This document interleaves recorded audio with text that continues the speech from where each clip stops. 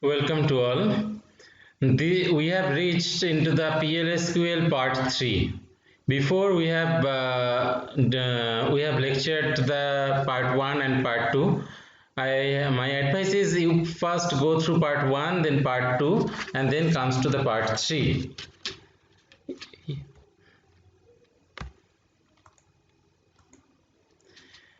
The PLSQL procedure is a reusable unit that encapsulates specific business logic of the application. Technically speaking, a PLSQL procedure is a named block stored as a schema object in the Oracle database. Here is the syntax how to create a PLSQL procedure. Create or replace procedure, then the procedure name, then within bracket the list of parameters, the is keyword, and then the declaration statements. Then begin, then write down the execution statements, then exception, then write down the exception handler statements. And at the last, write down the end or write down end procedure name. And it is finished by a semicolon. So PLSQL procedure begins with a header that specifies its name and a optional parameters. All those optional parameters are listed into the header fields. Each parameter can be either in or out or in-out mode. The parameter mode specifies whether a parameter can be read from or write to. The in parameter is read only. You can reference an in parameter inside a procedure, but you cannot change its value. Oracle uses in as the default mode. This means that if you don't specify the mode of parameter explicitly, Oracle will use the in mode. An out parameter is writable. Typically, you set a return value of the out parameter and return it to the calling program. Note that a procedure ignores the value that you supply for an out parameter. An in-out parameter is both readable as well as writable. The procedure can read and modify it. Note that or replace option allows you to overwrite the current procedure with the new code PLSQL procedure body. Similar to an anonymous block, the PLSQL procedure body has three parts. The executable part is mandatory, where the declarative and exception handling parts are optional. The executable part must contain at least one executable statement. So the first one is declarative part. Here you can declare variables, constants, cursors, etc. Unlike an anonymous block, a declaration part of a procedure does not start with the declare keyword. The second part is executable part. This part contains one or more statements that implement specific business logic. It might contain only a null statement. The third and last part is exception handling part. This part contains the code that handles the exceptions. Here is an example of a procedure that accepts a customer ID and prints out the customer's contact information including first name, last name and email. So here we have written create or replace procedure print underscore contact. Print underscore contact is the name of the procedure. And we have sent the in customer ID as a parameter into this procedure. And we have declared a record actually r underscore contact, which is actually a row type of contacts table. Then in the execution part we have select star into r underscore contact from the contacts, where customer ID is equal to P underscore customer ID, that is dbms output dot println is we are printing the r contacts dot first name, the r contact dot last name, and r contact dot email.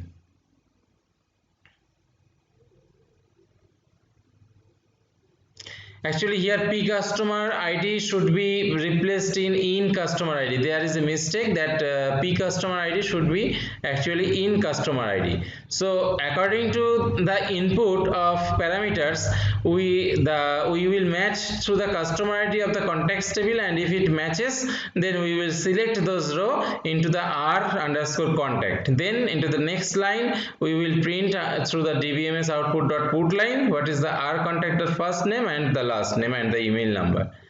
And there is an exception when others, then if there is an other exception, that means if there are multiple values into a column, if there are multiple rows into the contacts with the same customer ID name, though it is not possible, then that dbms dot output dot put line will print you that SQLERRM, that is the error name.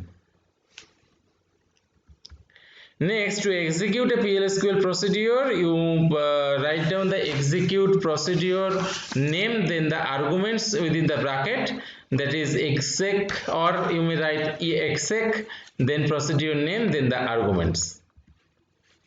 To remove a procedure, you may write drop procedure, then procedure name, or draw like a example here. One example is given here: drop procedure print underscore contact. This is the procedure name. Oracle, prior to the Oracle database 12c, you can return a result set from a stored procedure using the out_ref cursor parameter. To make the migration of other databases to the Oracle database easier, Oracle database 12c release 1 added a new feature called implicit statement result that allows you to return one or more result sets from a stored procedure by using the dbms underscore SQL package.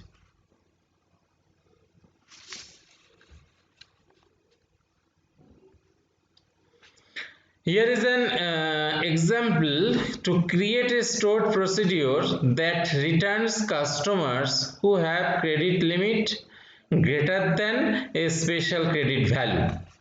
So what we have written here, we have written create or replace procedure, then the procedure name is get customer by credit, and it is taking an argument mean underscore credit, which is a number type. We have declared a variable c underscore customers at sys.ref cursor. System এর cursor store করার জন্য we are storing this type of variable here. We have created.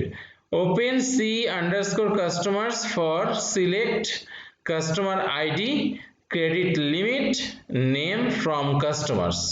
So where the credit limit is greater than minimum credit, mean credit, ordered by credit limit. So we have to first order by credit limit, then we are selecting we will select all the credits which is greater than minimum credits, and the customers table will return the customer ID, credit limit, and name. We will print the whole as a whole c underscore customers.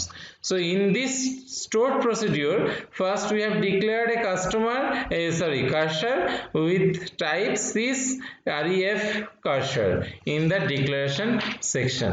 Next, we open the cursor associated with a query. The query is here: select customer ID, etc., etc. Third, we use dbms underscore SQL.return result function, which accepts a cursor as the argument and returns the result set. To test the stored procedure, you can execute it, and you may get the result. You may get some result. So the statement creates a stored procedure that returns the customer result set by pages, especially by page number and page size. On top of that, it returns the total rows of the customers table. So here we have written here create or replace the get customers. It is taking two arguments, page number and page size.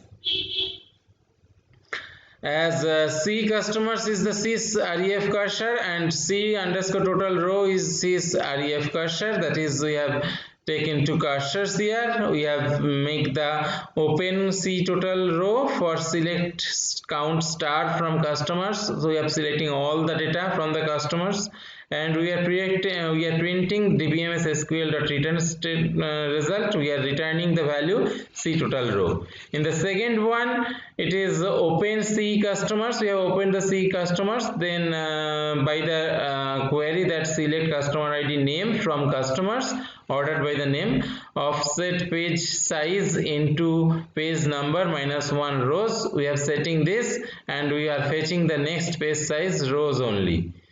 So it returns the result. The first result is the total rows of the customers table. The second one is the customers. Using the get next result. Typically, you process result set returned by the procedure using client programming language such as Python, C#, and Java. That means we return the we are calling these procedures through this programming language, and we get the value into this. So, however, if you want to process result such as PLSQL, you can use the get next result set procedure in the DBMS SQL package. The anonymous block calls get customer procedure and uses the get next result procedure to process the result set. Since the get customer returns the multiple result set, we handle the result set based on their number of columns. That's so we use this type of get set results, get next result set procedure in the DBMS SQL package. Creating a PLSQL function is a reusable program until stored as a schema object in the Oracle database. The following is a syntax: create or replace function, then function name, parameter list are sent into the brackets, then return, and then return type. In case of function, we should return the return type. Then we are writing the declarative section after is statement, and we begin into the begin and exception. We write the executable section. After the exception, we write the exception handling section. And then the end. A function consists of a header and a body. The function header has the function name and a return clause. That specifies the data type of the return and return value. Each parameter of the function can be either in the in, out, or in out mode. For more information on the parameter mode, check it out the PLSQL procedure. The function body is the same as the procedure body, which has three sections: declarative, execution, executable, and exception handling sections. The declarative section is between the is and begin keyword. It is where you declare the variables, constant, cursors, and user-defined types. We have shown here previously.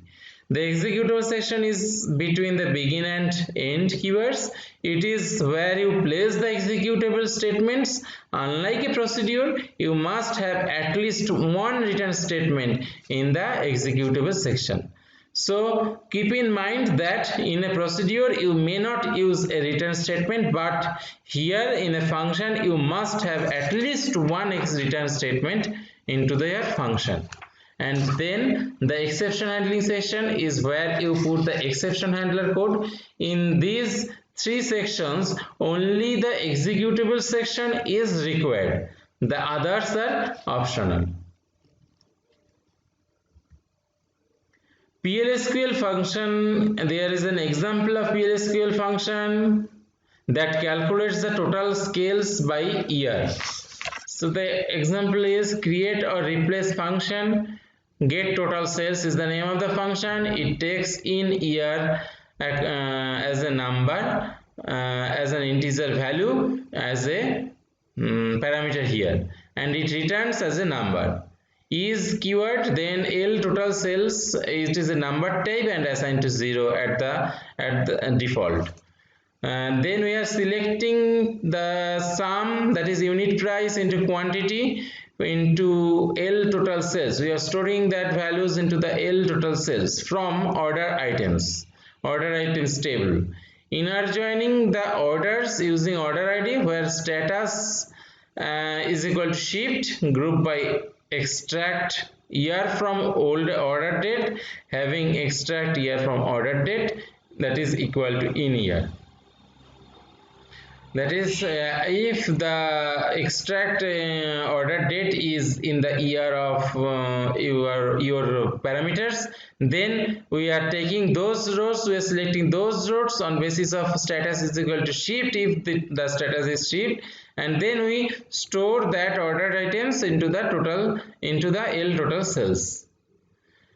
And we are return L total sales, return space L total sales, that this value will be returned to the calling of this function. Now we will find out how to call a function. There are various function, anywhere that you can use the expression of same type. You can call the function in according to 3 statements. The first one is in an assignment statement. In this statement, we are declaring a variable number is equal to 0, L sales 2017, and L sales 2017 is equal to get total sales. This is the function name, and we are passing 2017 as a parameter, and this is actually the assignment statement. Through the assignment statement, we are calling the function. dbms.output.putline, it will print out the salary of 2017. The second type is in a boolean expression. Here we are writing if get total sale, that is the function name of 2017 as the parameter, is greater than 1 lakh, then in dbms.output.putline will print that sales 2017 is above target. Suppose our target value was 1 lakh. So we can call this function in here like as into a boolean expression also. In an SQL statement, if you like to print, if you like to get total sales from the select from dual, write down the dual as all these functions are stored here. So get total sales will return all the values into the select statements, and it will print, the select statement will print that. And this is the last part. If you like to drop a function or remove a function, write down the drop function, which deletes a function from the Oracle database. The syntax of removing the function is drop function, then function name, followed by the drop function keyword is the function name that you want to drop. For example, the following, here is an example, the drop function space get total sales. It drops the function name is drop the function of get total sales from the Oracle database, and after dropping that, Oracle issue a message indicating that the get total sales has been dropped. So so all of you, I am saying that the PLSQL part is finished here, my dear students. If you have any problem and if you like to ask any questions, you may mail me or you may use my WhatsApp number also. Thank you very much.